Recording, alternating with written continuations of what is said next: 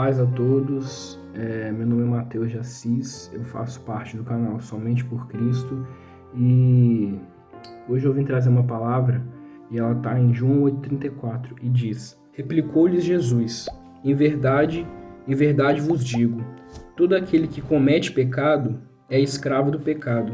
Antes da gente tratar sobre esse versículo, eu queria voltar em dois versículos, que está em João 8,32, que diz: Conhecereis a verdade vos libertará. É muito interessante porque muitas pessoas veem esse versículo como se fosse uma libertação da mentira, mas ele é muito mais profundo do que isso. Ele trata do amor de Deus, ele trata do conhecimento do amor de Deus que foi passado por Jesus, que foi passado por Deus a Jesus, no caso. E é uma questão muito interessante, porque Jesus inclusive disse: eu sou o caminho, a verdade e a vida. Ou seja, de certa forma, uma prévia do versículo 34, quando ele trata sobre a escravidão. Então, meus irmãos, eu quero ler de novo João 8,34, que diz: Replicou-lhe Jesus, em verdade vos digo, todo aquele que comete pecado é escravo do pecado. Ou seja, se você deixa com que o pecado te domine, se você não luta contra isso, se você não entrega seus pecados na cruz, se você não entrega seus pecados a Jesus, se você tenta fazer por si mesmo, você não vai conseguir. Se você realmente não crê que Cristo pode te livrar do que te domina, seja a pornografia, seja o adultério, seja a ira, o que for, Cristo pode te libertar. Tanto é que em Romanos, versículo 6 ao 18, fala que se você for servo de algo, se você se submete totalmente a algo, seja o pecado ou seja Deus, você vai ser escravo daquilo. Então, você vai ser escravo do pecado ou você vai ser um escravo de Deus?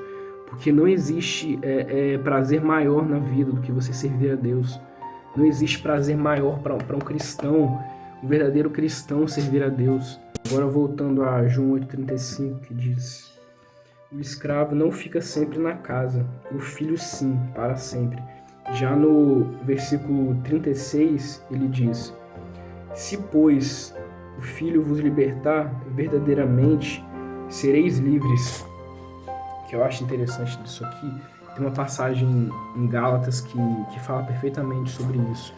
E ela está no versículo 1 e no versículo 13.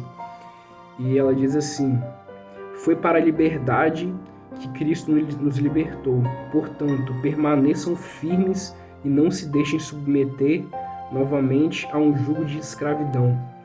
Já no versículo 13 diz: Irmãos, vocês foram chamados para a liberdade, mas não usem liberdade para dar ocasião à vontade da carne.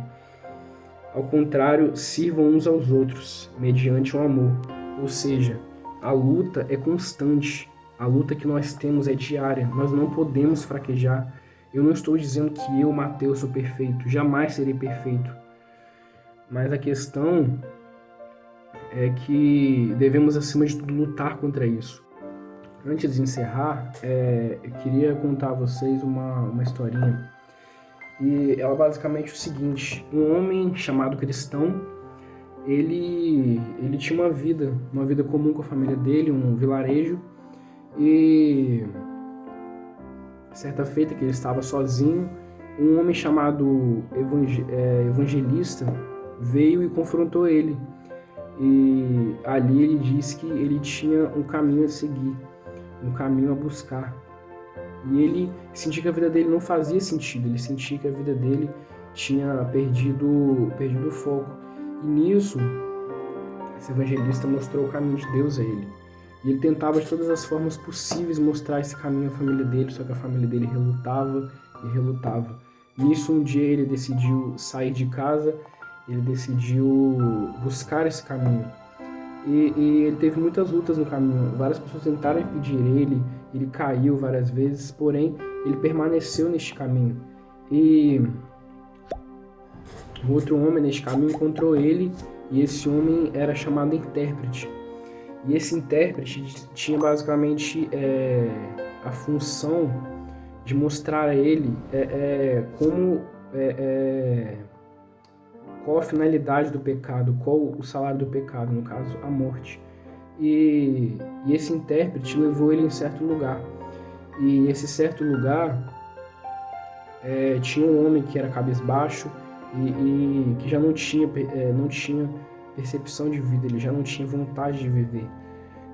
E este homem era um homem muito próspero, um professor que seguia o caminho de Deus, que realmente o buscava de todas as formas.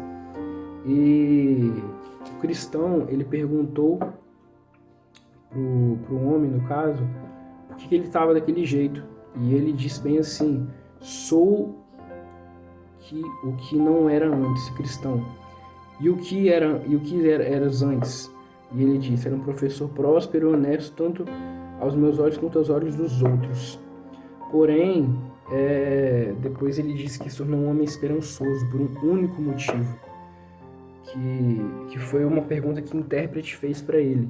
A pergunta foi a seguinte: por que te permitiste chegar a este ponto? No caso, ele se apostatou da fé, ele saiu, ele simplesmente abandonou a palavra, ele abandonou a Cristo, abandonou os teus ensinamentos e simplesmente saiu e foi viver sua vida. E ele respondeu: por causa das luxúrias, prazeres e ganhos deste mundo, prometiam-me muito deleite a usufruí-los, mas agora cada um deles me abocanha e rói a minha carne como se fossem vermes candentes. Ou seja, o salário do pecado realmente é a morte. Pois o que eu te digo neste momento: lute acima de tudo.